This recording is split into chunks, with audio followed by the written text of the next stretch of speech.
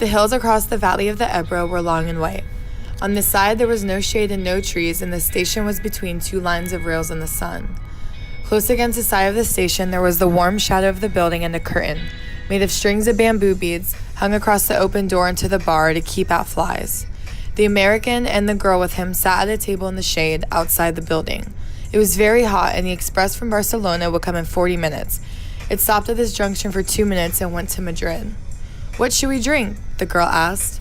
She had taken off her hat and put it on the table. "It's pretty hot," the man said. "Let's drink beer." "Dos cervezas," the man said into the curtain. "Big ones?" a woman asked from the doorway. "Yes, 2 big ones." The woman brought 2 glasses of beer and 2 felt pads. She put the felt pads in the beer glass on the table and looked at the man and the girl. The girl was looking off at the line of hills. They were white in the sun, and the country was brown and dry. "They look like white elephants," she said. "I've never seen one." The man drank his beer. "No, you wouldn't have." "I might have," the man said. "Just because you say I wouldn't have doesn't prove anything." The girl looked at the bead curtain. "They've painted something on it," she said. "What does it say?" "Anís del Toro. It's a drink.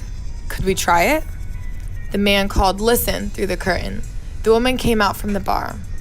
"4 reales. We want 2 Anís del Toro." "With water? Do you want it with water?" "I don't know," the girl said. "Is it good with water?" "It's all right." "You want them with water?" asked the woman. "Yes, with water." "It tastes like licorice," the girl said and put the glass down. "That's the way with everything." "Yes," said the girl. "Everything tastes of licorice, especially all the things you waited so long for, like absinthe." "Oh, cut it out. You started it," the girl said. "I was being amused. I was having a fine time."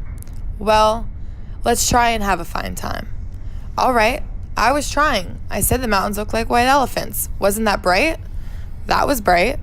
"I wanted to try this new drink. That's all we do, isn't it? Look at things and try new drinks." "I guess so." The girl looked across the hills.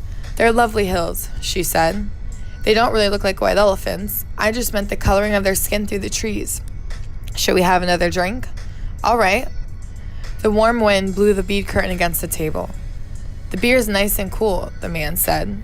"It's lovely," the girl said. "It's really an awfully simple operation, Jig," the man said. "It's not really an operation at all." The girl looked at the ground the table legs rested on. "I know you wouldn't mind it, Jig. It's really not anything. It's just to let the air in." The girl did not say anything. "I'll go with you and I'll stay with you all the time. They just let the air in and it's all perfectly natural." "Then what will we do afterwards?" "We'll be fine afterwards, just like we were before." "What makes you think so?" "That's the only thing that bothers us. It's the only thing that's made us unhappy." The girl looked at the bead curtain, put her hand out and took hold of 2 of the strings of beads. "And you think then we'll be all right and be happy?" "I know we will. You don't have to be afraid. I've known lots of people that have done it." "So have I," said the girl, "and afterwards they were all so happy." "Well," the man said, "if you don't want to, you don't have to. I wouldn't have you do it if you didn't want to, but I know it's perfectly simple." "And you really want to?" "I think it's the best thing to do, but I don't want you to do it if you don't really want to." "And if I do it, you'll be happy and things will be fine like they were and you'll love me?" "I love you now. You know I love you."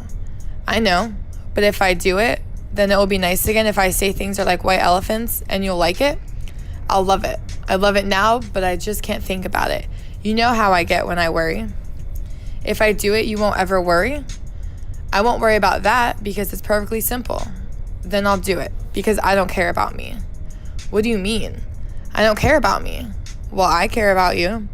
"Oh, yes, but I don't care about me, and I'll do it and then everything will be fine.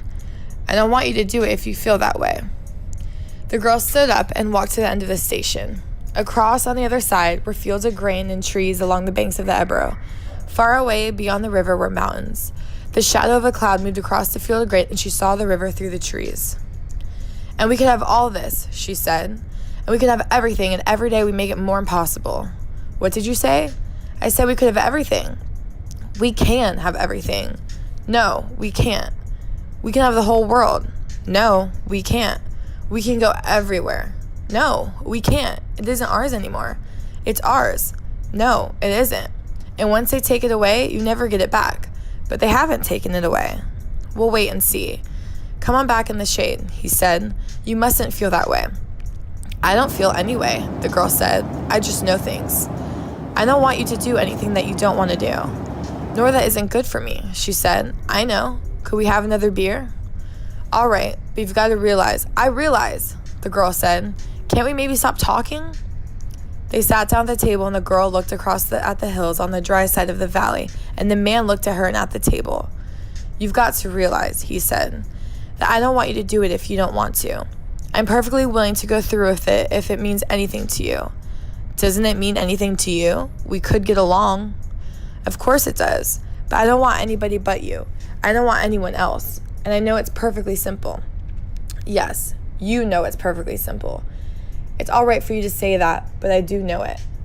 "Would you do something for me now?" "I'd do anything for you." "Would you please stop talking?" He did not say anything but looked at the bags against the wall of the station. There were labels on them from all the hotels where they had spent nights. "But I don't want you to," he said. "I don't care anything about it." "I'll scream," the girl said.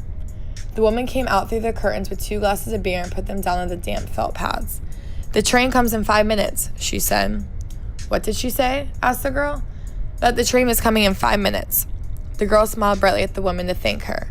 "I better take the bags over to the other side of the station," the man said. He smiled at him. "All right, then come back and we'll finish the beer." He picked up the 2 heavy bags and carried them around the station to the other tracks. He looked up the tracks but could not see the train. Coming back, he walked through the bar room, where people waiting for the train were drinking. He drank an anise at the bar and looked at the people.